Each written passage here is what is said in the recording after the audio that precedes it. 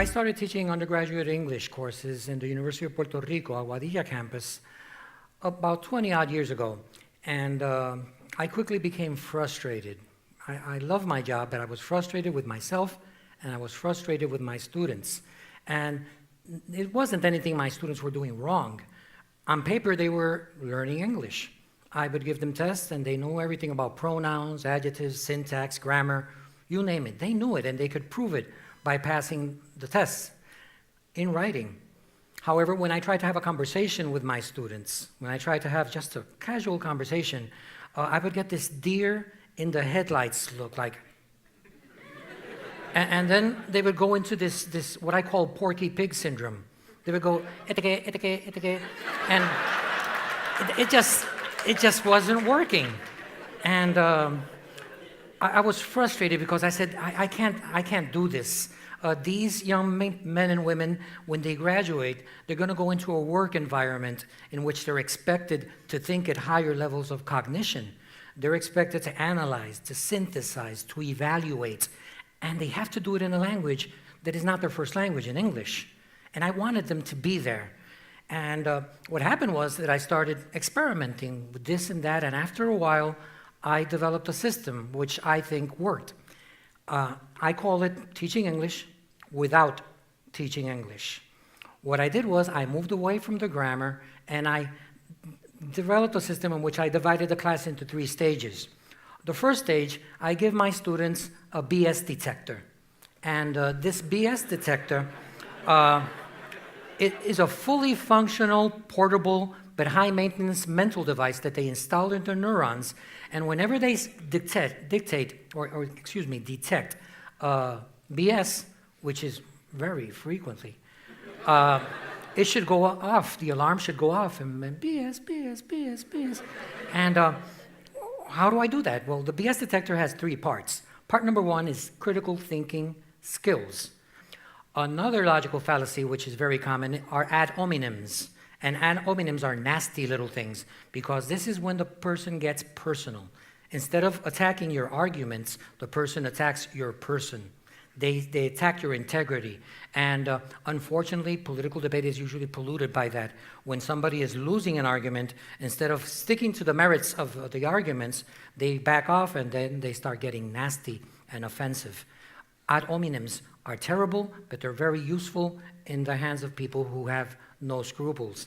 And the third part of the BS detector I take from Benjamin Bloom. This was a wonderful scientist who started thinking about thinking. And this guy said, what do we do with our brains when we're thinking? And he identified 5 or 6 skills, depending on which taxonomy you use.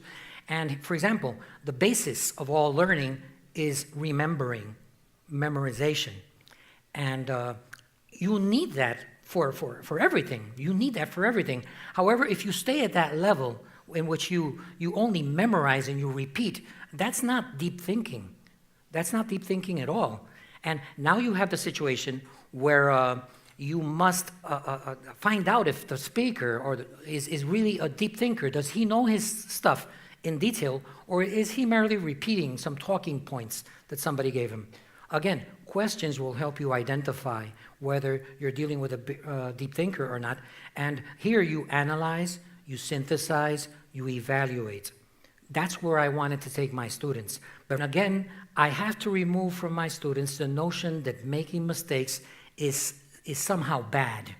No, it is not. It even has a name. It's called developmental errors. So if you want to learn a language, you must be willing to make mistakes. Lots of mistakes, because that's how you know the boundaries of linguistic rules. So I try to create an atmosphere where my students feel completely comfortable to say whatever they want to say, however they want to say it.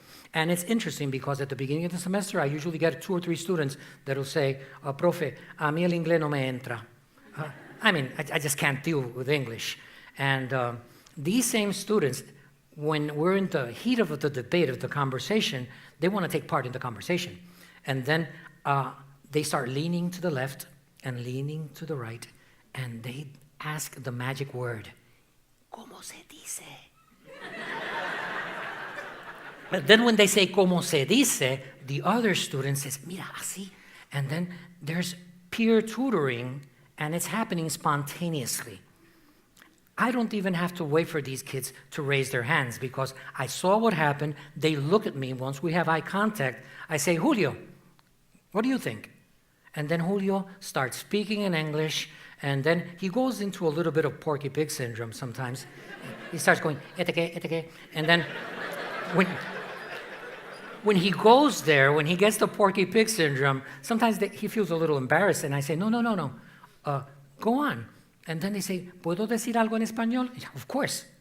You want to use Spanglish? Use Spanglish. Tell us what you think. And they realize that they can make mistakes.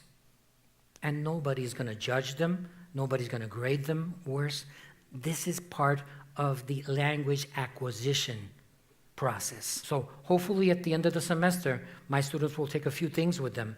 I want them to understand that there's nothing wrong with asking questions. They should be intense question askers. They should resurrect the little boy or the little girl that was a 3-year-old and was driving mommy crazy or daddy. ¿Y por qué? ¿Y por qué? ¿Y por qué? ¿Y por qué? And shut up. Don't ask so many questions. Los muchachos hablan cuando you know the rest. So we beat the curiosity out of our students, and by 6th grade, they will not ask a question if their life depended on it. And my job, I believe, is to resurrect that little kid, that little girl, and say, you know something? Ask questions constantly, even dumb questions. Ask them. And you should fear not the people who ask questions. You should fear the people who fear questions. Because growth and maturity in all things in life come from our ability to say, ¿Y por qué? Why should I believe that? People that are smart, that are competent, that are ethical, are not afraid of questions. Sometimes you just can't get them to shut up because they're so passionate about what you're talking about or what they believe that they will just flood you with information. That's what I think we should concentrate on. I want to close this talk with this thought.